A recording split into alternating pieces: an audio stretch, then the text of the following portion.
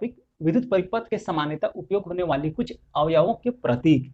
तो जब हम लोग विद्युत परिपथ पेपर पर बनाते हैं या किताब पर या कहीं पर भी अगर विद्युत सर्किट या तो विद्युत परिपथ बनाया हुआ है तो वहां पर देखिएगा अलग अलग संकेत रहता है दर्शाया हुआ। आपको नहीं रहेगा लिखा हुआ कि यहाँ ए मीटर लगा हुआ है, यहाँ पर वोल्ट मीटर लगा हुआ है, यहाँ पर प्रतिरोधक लगा हुआ है, कुछ नहीं रहेगा लिखा हुआ। वहां पर केवल वहां पर संकेत रहेगा दिया हुआ।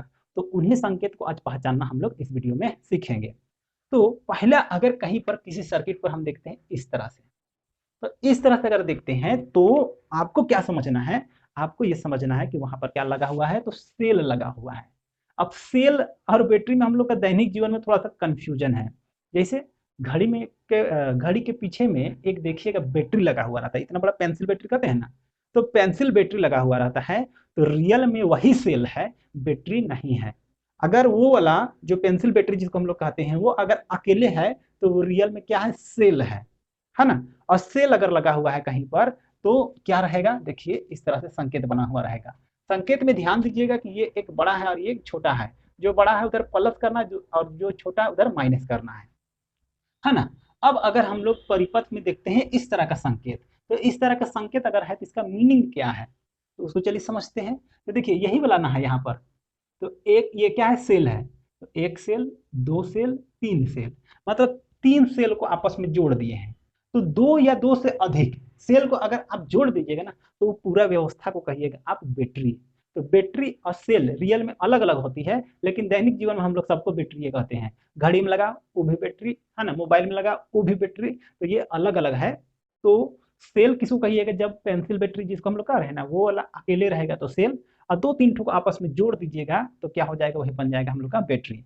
तो दो या दो से अधिक सेलों का संयोजन कर दिया जाए तो वो बन जाता है बैटरी। इसलिए ऐसा अगर सिंबल है तो हमको क्या कहना है, बैटरी अथवा सेलों का संयोजन कहेंगे। अब देखते हैं खुली पलक कुंजी अथवा स्विच।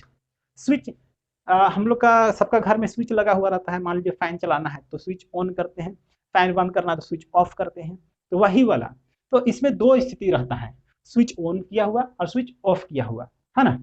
तो अगर मान लीजिए हम लोग को परिपथ में ऐसा या ऐसा दिखे तो आपको समझना है क्या, कि अभी जो है परिपथ इस तरह से टूटा हुआ है, मतलब अभी करंट इससे होकर के बहेगा नहीं, है ना। मतलब क्या चीज, फैन अभी नहीं चलेगा। अब फैन नहीं चलेगा मतलब क्या हुआ, कि स्विच ऑफ है ना। तो स्विच ऑफ है समझिए, या तो परिपथ खुला है ना। तो उसको हम लोग इस तरह से दिखाते हैं। अब आइए कि स्विच ऑन होना, मतलब कि फैन अभी चल रहा है, धारा बह रही है। तो अगर परिपथ इस तरह से आपस में सटा हुआ है तो जाकर के यहाँ से करंट बहेगा और फैन चलेगा। तो ऐसे सटा हुआ स्थिति को हम लोग इस तरह से दिखाते हैं। तो ऐसा अगर कहीं पर अगर बना हुआ है, सिंबल बना हुआ है, तो समझना कि वहां पर स्विच है और वो क्या हो रहा है, ऑन है। मतलब अभी सपोज करते हैं फैन चलाना है तो फैन चल रही है। अब आगे आइए तार संधि। तार संधि मतलब क्या है, संधि मतलब क्या होता है, जोड़ना। तो कभी कभी देखिएगा कि हम लोग को दो तीन तार को एक जगह ला करके जोड़ना पड़ता है, तो वही होता है क्या, तार संधि। तो तार संधि रहेगा तो इस तरह से फिगर बनाया हुआ रहेगा, ऐसा रहेगा, फिर यहाँ पर इस तरह बिंदु किया हुआ रहेगा। तो आपको समझना है क्या कि यहाँ पर आकर के तार जुड़े हुए हैं। और कई ठो तार, जैसे यहाँ एक दो तीन तार आपस में आकर के यहाँ पर जुड़े हुए हैं। चार गो रहता तो क्या होता है, यहाँ से एक ठो और ऊपर जाता है, ठीक है। तो जितना भी रहेगा तार आपस में जुड़ा हुआ उतना ही यहाँ पर लाइन दिखेगा आपको। अब आते हैं तार क्रॉसिंग। कभी कभी देखिएगा कि दो तार एक दूसरे के ऊपर से होते हुए गुजरते हैं, जुड़े हुए नहीं है, एक दूसरे के ऊपर से गुजर रहे हैं। ये तार अलग है, इससे अलग करंट बह रही है, इससे अलग करंट बह रही है, ये जुड़े हुए नहीं है, उसको क्या कहेंगे हम लोग, तार क्रॉसिंग। और उसके लिए सिंबल कैसा रहेगा, तो इस तरह से। तो कभी भी अगर ऐसा आप समझिए, ऐसा सॉरी, कभी भी अगर आपको इस तरह का सिंबल दिखता है तो आपको ये समझना है कि वहां से दो तार तो पार हुए हैं लेकिन आपस में जुड़े हुए नहीं है, इससे अलग धारा बहेगा, इससे अलग धारा बहेगा। अब आते हैं विद्युत बल्ब। विद्युत बल्ब तो आप लोग सभी को जान ही रहे हैं। तो अगर कहीं पर विद्युत बल्ब लगा हुआ रहेगा तो आपको इस तरह का सिंबल देखने के लिए मिलेगा, या तो बल्ब ही बनाया हुआ रहेगा, ठीक है। अब आते हैं प्रतिरोधक। तो अगर आप टीवी या रेडियो का सर्किट अगर खींचिएगा ना तो वहां पर आपको ये प्रतिरोधक देखने के लिए मिलेगा, जैसे कि आप बगल का फिगर पे देख सकते हैं। और ये है क्या चीज, फिक्स प्रतिरोधक। मतलब प्रतिरोधक दो तरह का होता है। और प्रतिरोधक क्या है उसको भी एक जान ही लीजिए आप। प्रतिरोधक वह अवयव है या वह व्यवस्था है जिससे हम लोग करंट को घटाते हैं। जैसे अगर मान लीजिए हमको जरूरत पड़ा कि किसी परिपथ में कम करंट भेजना है तो क्या करेंगे, यही वाला चीज को लगा देते हैं प्रतिरोधक को। तो अगर ऐसा लगा हुआ है तो समझ जाना है क्या, वहां पर लगा हुआ प्रतिरोधक, और क्या है वो फिक्स प्रतिरोधक है, मतलब उसका वैल्यू कब घटा बढ़ा नहीं सकते हैं। अब आइए यहाँ पर देखिए, परिवर्तित प्रतिरोधक अथवा धारा नियंत्रक। अब देखिएगा कि फाइन वन में जो उसका रेगुलेटर रहता है ना, तो आप रेगुलेटर को थोड़ा बढ़ाइएगा तो फाइन स्पीड होने लगता है। तो फाइन स्पीड क्यों होता है? क्योंकि जब आप इसको कर रहे हैं वोल्टेज, ये क्या कहते हैं, करंट सप्लाई बढ़ाइएगा तो ज्यादा करंट जाएगा तो ज्यादा वर्क करेगा। तो क्या कर रहे हैं आप, जरूरत के हिसाब से फैन में करंट ज्यादा या कम कर सकते हैं ना, तो किससे, रेगुलेटर से ना। तो रेगुलेटर क्या हुआ, एक ऐसा व्यवस्था है जिससे हम लोग परिपथ में जो धारा बह रहा है, ठीक है, उसको रोकने का जो क्षमता है उसको जरूरत के हिसाब से कम बेसी कर सकते हैं। तो वही चीज अगर लगा हुआ रहता है तो उसको हम लोग करते हैं परिवर्तित प्रतिरोधक अथवा धारा नियंत्रक, और उसका सिंबल ऐसा है ना। मतलब ऐसा ऐसा लगा हुआ है तो समझ जाना है कि वहां पर किसी तरह का रेगुलेटर जैसा कुछ लगा हुआ है जिससे हम लोग परिपथ में जो धारा बह रहा है उसको नियंत्रित कर सकते हैं, मतलब कम बेसी कर सकते हैं। अब आइए एमीटर, देखिए ये हुआ हम लोग का एमीटर, है ना। तो एमीटर क्या है, तो एमीटर वह यंत्र है जिसके द्वारा हम लोग परिपथ में बहने वाली विद्युत धारा को मापते हैं। तो अगर कहीं पर एमीटर लगा हुआ है तो आपको इस तरह से बनाया हुआ रहेगा, ऐसा गोल किया हुआ रहेगा, एक साइड प्लस माइनस रहेगा और बीच में ए रहेगा लिखा हुआ। अब आते हैं वोल्ट मीटर। वोल्ट मीटर आप लोग स्टेबलाइजर में देखेंगे एक मीटर रहता है लगा हुआ, वही है वोल्ट मीटर। तो अगर वो चीज अगर कहीं पर लगा हुआ है तो हम लोग को संकेत इस तरह से दिखाई देगा, है ना। यहाँ पर गोल किया हुआ रहेगा, भी रहेगा, और ऐसे ऐसे दो निकला हुआ रहेगा, एक साइड प्लस रहेगा, एक माइनस रहेगा। अब आते हैं गैल्वेनोमीटर। तो गैल्वेनोमीटर भी एक यंत्र है ना, जिसके द्वारा हम लोग किसी परिपथ में विद्युत बह रही है या नहीं बह रही है उसको हम लोग पता करते हैं। और अगर कहीं पर गैल्वेनोमीटर लगा हुआ है तो इस तरह से बना हुआ रहेगा इसका फिगर, गोल किया हुआ रहेगा, बीच में जी रहेगा लिखा हुआ, दो हाथ इस तरह निकाला हुआ रहेगा, एक साइड प्लस और एक साइड माइनस। तो इस तरह से ये सभी सिंबल है। अब हम लोग को ये तीनों का परिभाषा जान लेना पड़ेगा, उसके बाद इससे इस टॉपिक में कुछ क्वेश्चन है उसको भी हम लोग देख लेंगे, उसके बाद इस वीडियो को कंप्लीट करेंगे। तो चलिए सबसे पहले हम लोग ये तीनों का परिभाषा देखते हैं, उसके बाद क्वेश्चन देखेंगे होती है। तो सबसे पहले हम लोग बात करते हैं एमीटर। तो एमीटर जैसे मैंने पहले बताया कि एमीटर वह यंत्र है जिसके द्वारा हम लोग किसी परिपथ में बहने वाली धारा को मापते हैं। एमीटर को हम लोग परिपथ में ऐसा दर्शाते हैं, और एमीटर को श्रेणी क्रम में जोड़ा जाता है। अभी श्रेणी क्रम क्या है उसको समझिए। अगर मान लीजिए तीन बच्चे हैं इस तरह से, और वे एक दूसरे का हाथ को इस तरह से आपस में पकड़ करके खड़ा है, तो उनको कहते हैं क्या, कि वे श्रेणी क्रम में है। श्रेणी क्रम मतलब सिंपल में समझिए कि लाइन लगा करके खड़ा है ना। तो परिपथ में एमीटर को किस क्रम में जोड़ते हैं, तो श्रेणी क्रम में। तो दोनों क्वेश्चन बहुत ज्यादा इंपॉर्टेंट है। पहला क्वेश्चन कि उस यंत्र का नाम बताइए जिसके द्वारा विद्युत विद्युत परिपथ में बहने वाली धारा को मापा जाता है, तो एमीटर। दूसरा क्वेश्चन, एमीटर को विद्युत परिपथ में किस क्रम में जोड़ा जाता है, तो आंसर होगा क्या, श्रेणी क्रम। अब दूसरा क्वेश्चन आता है वोल्ट मीटर। वोल्ट मीटर वह यंत्र है जिसके द्वारा हम लोग किसी चालक के सिरों का विभवांतर को मापते हैं, है ना। तो वोल्ट मीटर किसी चालक के सिरों के विभवांतर को मापने वाला यंत्र को कहते हैं वोल्ट मीटर, और इसको विद्युत परिपथ में हम लोग इस तरह से दिखाएंगे, और विद्युत परिपथ के साथ इसको जोड़ेंगे समांतर क्रम में या तो श्रेणी क्रम में।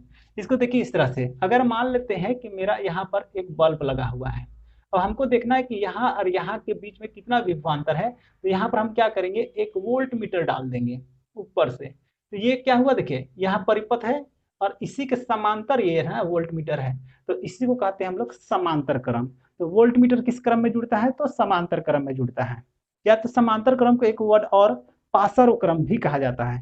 तो समांतर क्रम बोलिए या तो पासर क्रम बोलिए, एक ही बात है। अब वोल्ट मीटर से कैसे कैसे क्वेश्चन आता है उसको सुनिए।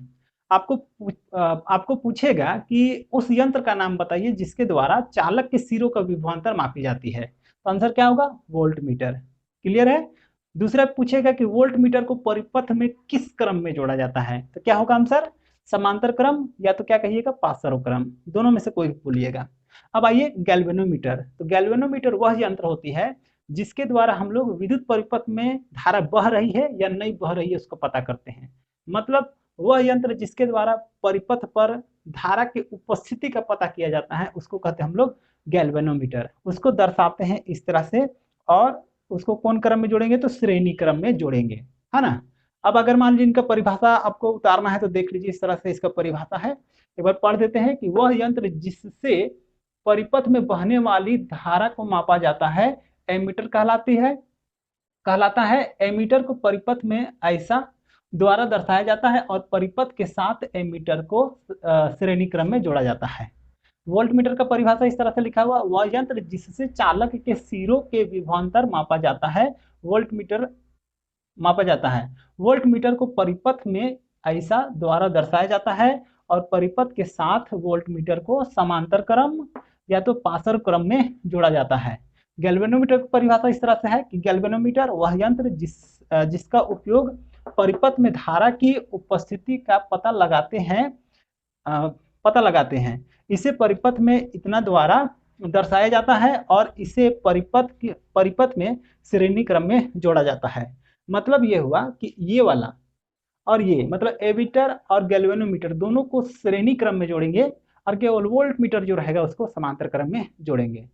अब उम्मीद करते हैं कि ये तीनों यंत्र क्या है और इससे रिलेटेड जो क्वेश्चन आता है वो आपको समझ में आ गया होगा। जनरली गैल्वेनोमीटर से क्वेश्चन नहीं आता है, इसलिए इसमें बात हम लोग नहीं किए। तो आपको ये पूरे तीनों टॉपिक क्लियर हो गया होगा। अब चलिए इससे रिलेटेड और जो कुछ महत्वपूर्ण क्वेश्चन है उसको देखते हैं।